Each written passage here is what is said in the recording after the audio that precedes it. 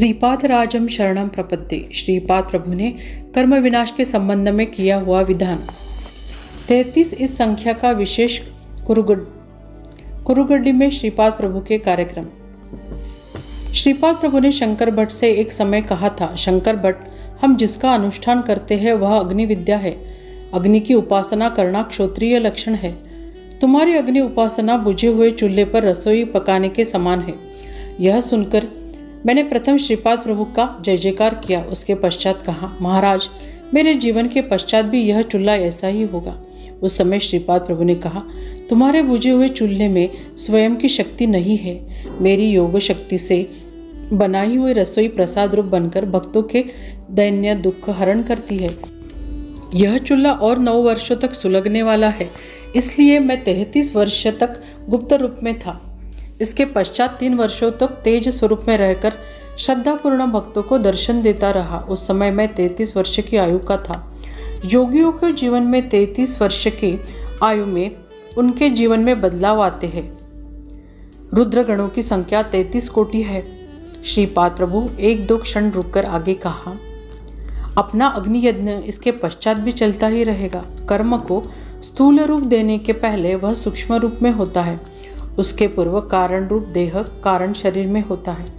इस कारण देह को 33 वर्ष पूर्ण होने के पश्चात अग्नि पूजा करने की आवश्यकता नहीं होती। उस समय मेरा आश्चर्य लेने वाले भक्तों को पाप कर्म सूक्ष्म शरीर में रहकर तथा कारण शरीर में रहकर योग अग्नि से दग्ध होते हैं। मेरे भक्त आकर उनकी रसोई स्वयं पकाकर अपनी क्षुधा तृप्त कर लेंगे। ऐसा 3 वर्षों तक चलता रहेगा। उसके पश्चात इस स्थूल रूप में अग्नि पूजा करने की आवश्यकता नहीं। पृथ्वी यज्ञ का मैंने प्रारंभ किया है, वह सफलतापूर्वक चल रहा है। उसी तरह जल यज्ञ का भी मैंने प्रारंभ किया है, वह भी बड़े धूमधाम से संपन्न हो रहा है। अब अग्नि पूजा तथा अग्नि यज्ञ का प्रारंभ करने की आवश्यकता है। वह यज्ञ भी अब अति प्रतिम होगा, इसमें शंका नहीं। समस्त जीव राशियों में पाए जाने वाले अग्नि स्वरूप मैं ही हूँ। सबका शुद्धिकरण मैं ही करता हूँ। सबका नाश करने वाला भी मैं ही हूँ। पंचतत्व के संबंध में यज्ञ का ज्ञान मुझे जितना है उतना किसी और को नहीं है। इतना कहकर श्रीपाद प्रभु ने अपने वाणी को विश्राम दिया। एक दिन एक नवविवाहित वर वधू श्रीपाद प्रभु के दर्शन करने आए थे।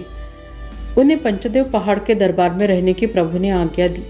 उस आदेश के अनुसार वे दोनों पति पत्नी पंचदेव पहाड़ के दरबार में गए, किंतु 2 दिनों में ही वह युवक गतप्राण हुआ। इस अकस्मात मृत्यु से वह नववधू अत्यंत भयभीत हो गई। उसने कहा, महागुरु अपने भक्तों की रक्षा करते हैं और उनकी कृपा दृष्टि समस्त लोगों पर होती है, ऐसा मैंने सुना है, किंतु आज तो यह अघटित हुआ। ऐसा कहकर वह दुख से रोने लगी। उसके सगे संबंधी भी यह वार्ता सुनकर पंचदेव पहाड़ आए। उस युवक के शव को दहन करे या न करे यह प्रश्न सारे लोगों के सम्मुख था।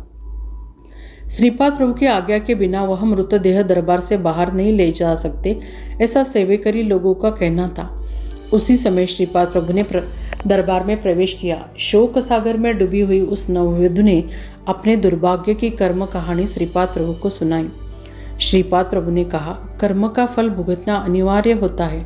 यह सुनकर उस नववधू ने बड़े श्रद्धा युक्त भाव से कहा, प्रभु, इस विश्व में आपको अशक्य ऐसा कुछ भी नहीं। मेरा मांगल्य लौटाकर मुझे इस दुख से मुक्त कीजिए। उस नववधू को श्रीपाद प्रभु के कारुण्यपूर्ण स्वभाव पर दृढ़ विश्वास था। मृत जीव को जीवन दान। श्रीपाद प्रभु ने कहा, तुम्हारा दृढ़ विश्वास ही फलदायी होगा। मुझ पर रखे तुम्हारे श्रद्धाभाव से तुम्हारा पति निश्चित रूप से जीवित होगा। कर्म सिद्धांत का बिना व्यतिरेक हुए तुम्हें यह उपाय बताता हूँ। तुम तुम्हारे पति के वजन के समान लकड़ियाँ तुम्हारा मंगलसूत्र बेचकर लाओ।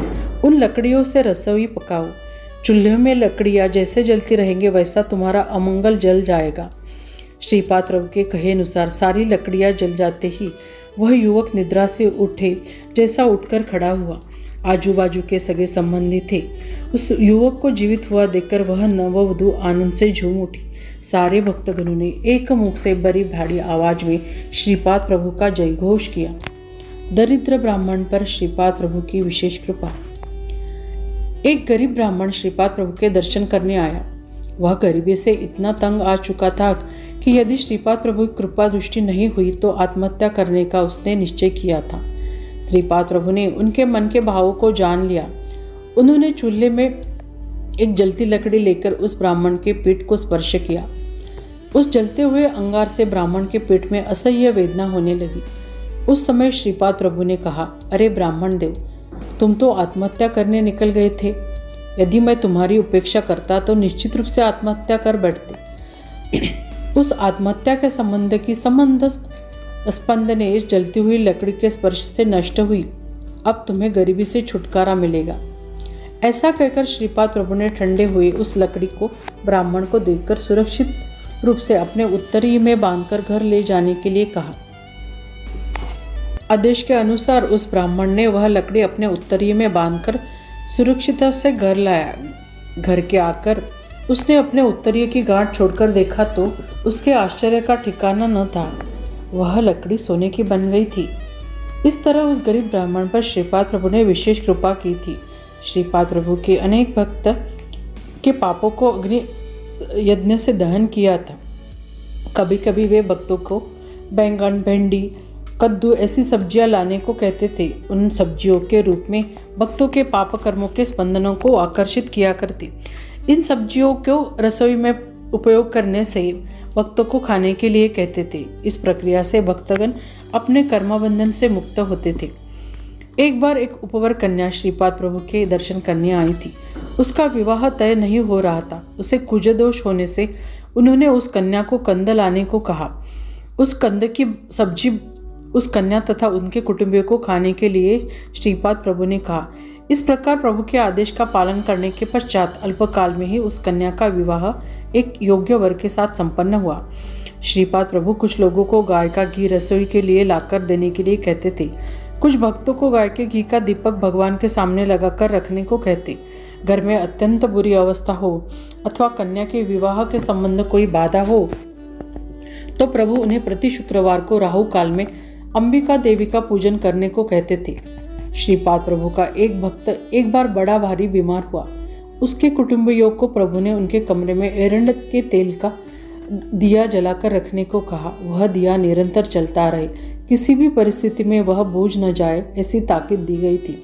इस प्रकार प्रभु के आदेश का पालन करने पर वह भक्त जल्दी ही रोगमुक्त होकर स्वस्थ हुआ। एक भक्त को धन की विवंचना थी। उसे प्रभु ने गाय के घी का दीपक 8 दिनों तक लगातार रखने को कहा। इस प्रकार करने से उसकी आर्थिक विवंचनाएं दूर हुई। उसके घर में फिर से लक्ष्मी का वरदहस्त प्राप्त हुआ। इस प्रकार अनेक नई नई पद्धति द्वारा श्रीपाद प्रभु अपने भक्तों के पाप कर्मों से मुक्ति की।